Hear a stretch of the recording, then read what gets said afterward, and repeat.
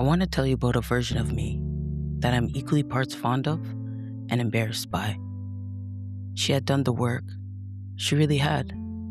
She had been to therapy, not once, multiple therapists. She was collecting them like stamps. She had the journals, the affirmations, the vision board with the healthy relationship on it, right there next to the apartment and the passport stamps. She knew her attachment style. She knew her triggers. She could tell you in detail exactly what her ideal partner looked like emotionally. She had a whole list. And then she met someone. And within about 3 weeks, she was completely, absolutely, embarrassingly unrecognizable to herself. The overthinking came back. The checking her phone came back. The making herself smaller to keep the peace, after a whole episode about shrinking, came back. The attraction to someone who was emotionally unavailable, not aligned. Warm one day, distant the next. All of it back. And she sat there one rising, journal open, staring at the page, thinking, I thought I healed this. That woman was me. Maybe she's you too. Welcome to Unapologetically Us.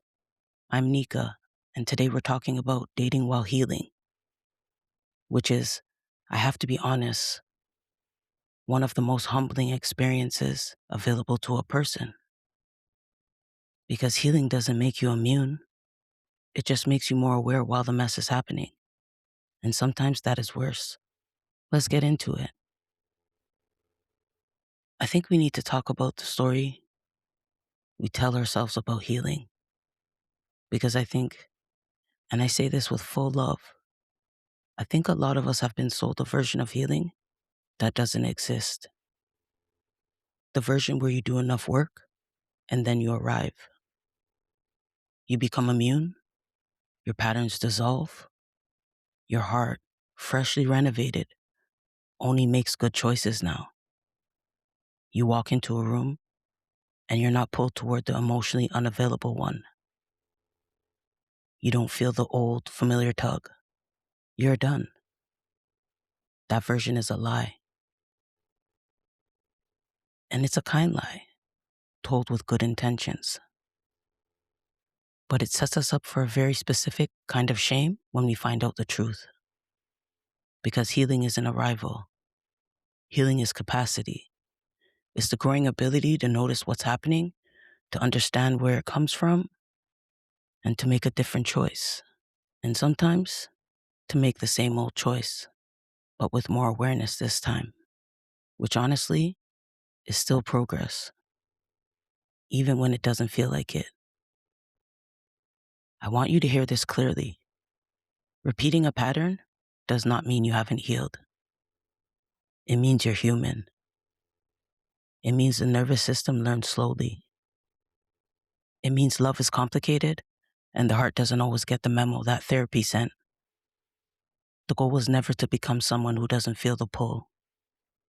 The goal is to become someone who can feel the pull and pause and ask, what is this about? Is this familiar because it's safe or because it's just familiar? Those are very different things. Familiar and safe are not the same thing. We will say that again because I needed to hear it about 11 times before it stuck. Familiar and safe are not the same thing. A lot of us women who grew up in complicated homes, in complicated emotional environments, who learned early that love came with conditions and distance and unpredictability, a lot of us will walk into a room and feel a pull towards someone who creates the same frequency. Not because we want to be hurt, but because the frequency registers in our body as home. And healing, part of what healing is learning to make a new home in yourself first. And then eventually, hopefully, in someone who doesn't require you to be anxious to feel loved? Can we talk about the emotionally unavailable person? The not aligned one?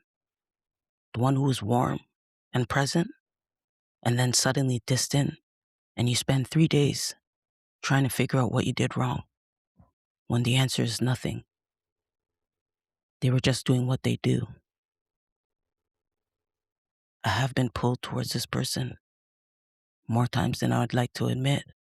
For a long time, I thought it was a me problem, a taste problem. Like my preferences were just broken and I needed to fix what I was attracted to.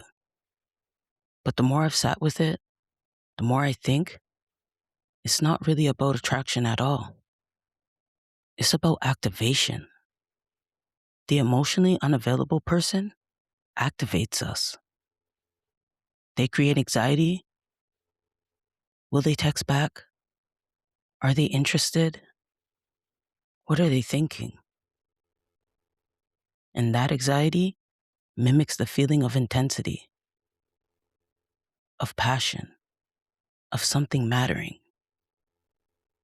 And for women who grew up in environments where love was conditional or inconsistent, that activation feels like love.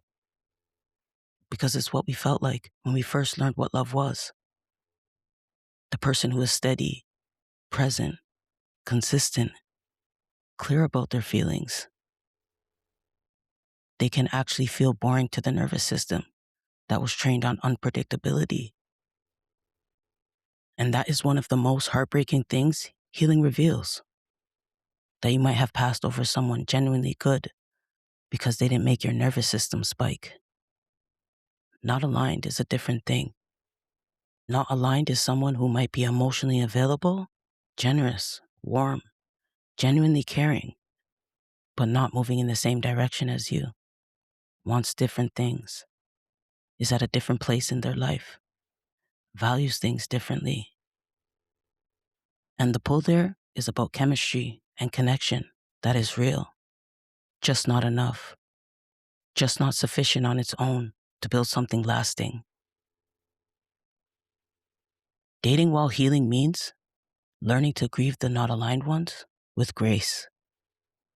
Because you can love someone and know they're not your person. You can feel something real and also know it doesn't have a future. And that grief is allowed. It doesn't make you dramatic. It makes you someone who takes love seriously. And then there is the push-pull. The wanting love so much, it terrifies you. The part of you that leans in and the part of you that is ready to bolt the moment something gets real. And the part that when someone tries to choose you, suddenly finds 17 reasons why they're not quite right. I know that woman. I have been that woman. The sabotage dressed up as standards. The guarding disguised as self-respect. And what I've come to understand is that it usually comes from the same wound as everything else. A very early lesson that love is not safe to fully receive. And that if you let someone all the way in, they will leave, or they will hurt you, or they will require you to make yourself small. And so you test, you withhold, you stay just enough on guard that you're never fully vulnerable. Because vulnerability is where you got hurt before. Healing that means learning, slowly, imperfectly, that not every person is every person who hurt you. I want to speak specifically now to a particular experience. Because this show is unapologetically all of who I am. And who I am includes being a queer Caribbean woman. And dating in that specific intersection has its own particular flavor of complicated. Because we don't just carry our personal wounds into love, we carry the cultural ones too. We grew up in communities where our love, the love between women, between queer people, was either invisible or spoken of in whispers, or condemned outright, where the models of relationship we were given were all heterosexual, often transactional, often shaped by a particular kind of performance. The woman who sacrifices, the man who provides, the love that looks good from the outside, even when it's hollow from the inside. And what does it do to you to grow up without any map for the kind of love you actually want? Without a single example in your family, in your church, in your community, of two people who look like you, loving each other well. I'll tell you what it did to me. It made me not trust it, even when I found it. Even when someone good, someone aligned, someone who loved me in a way that was healthy and mutual and whole. Even then, some part of me kept waiting for it to be taken away, kept waiting for it to be wrong, kept waiting for the community I grew up in to be right about it.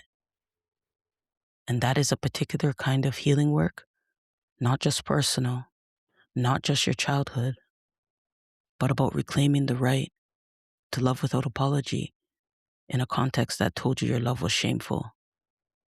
There is a reality of dating as a queer woman in a Caribbean context or in a diaspora community that is still very much shaped by Caribbean values. The small pool, the overlapping circles, the everyone knows everyone, the particular anxiety of visibility.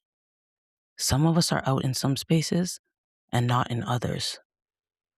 Some of us are navigating family who don't know, communities who would not accept, and the exhaustion of code switching in love, of being fully yourself with one person and a carefully edited version elsewhere. That is its own kind of shrinking, and it is not yours to carry alone. I want to say this to anyone who is in that specific experience. Your love is not a secret that needs to be kept. Your desire is not a problem that needs to be managed. The work is not making yourself smaller so that the Caribbean culture can be comfortable with you. The work, the harder, more important work, is building a life and a community where you do not have to choose between your heritage and your wholeness. You're allowed to be both, all of it, at the same time. Here's what I'm still sitting with. I am still learning the difference between a pattern and a preference, between something that is genuinely not right for me and something that is unfamiliar and therefore feels unsafe. That line is not always clear. I have made mistakes on both sides of it. I'm still learning to trust consistency, to not be so suspicious of someone who shows up steadily that I start looking for the catch. The nervous system that was trained on unpredictability is still learning, slowly, with a lot of patience required. That steady is not boring. That calm is not absence. That someone who is simply, quietly there is actually extraordinary. I'm still learning to receive love without immediately measuring whether I deserve it or not, without earning it, without performing for it, just receiving it, like it's allowed, like I'm allowed. That one might take the longest, and I'm still learning. And this one is specific to being queer in a Caribbean context. I'm still learning to stop waiting for permission from a community that may never give it, to stop doing the math on who knows and who doesn't and what they'll think. Just love who I love fully and without apology, and let people's discomfort with that be theirs to carry. I'm telling you this because I want you to know that the person hosting this show is also mid-journey. Not a finished thing, not someone who has solved love, just someone who is paying very close attention and willing to say out loud what most people only think. Here's your invitation for this week. Think about the last person you were pulled toward, or the relationship that most recently reminded you that healing is still in progress. And instead of going straight to what they did, or what went wrong, I want you to ask one question about yourself. What did I recognize in them? Not what attracted you, not their qualities, but what felt familiar. What frequency did they run on that your body knew, maybe before your mind did? You don't need to answer it completely. You don't need to figure it all out right now. Just sit with the question. Let it work on you.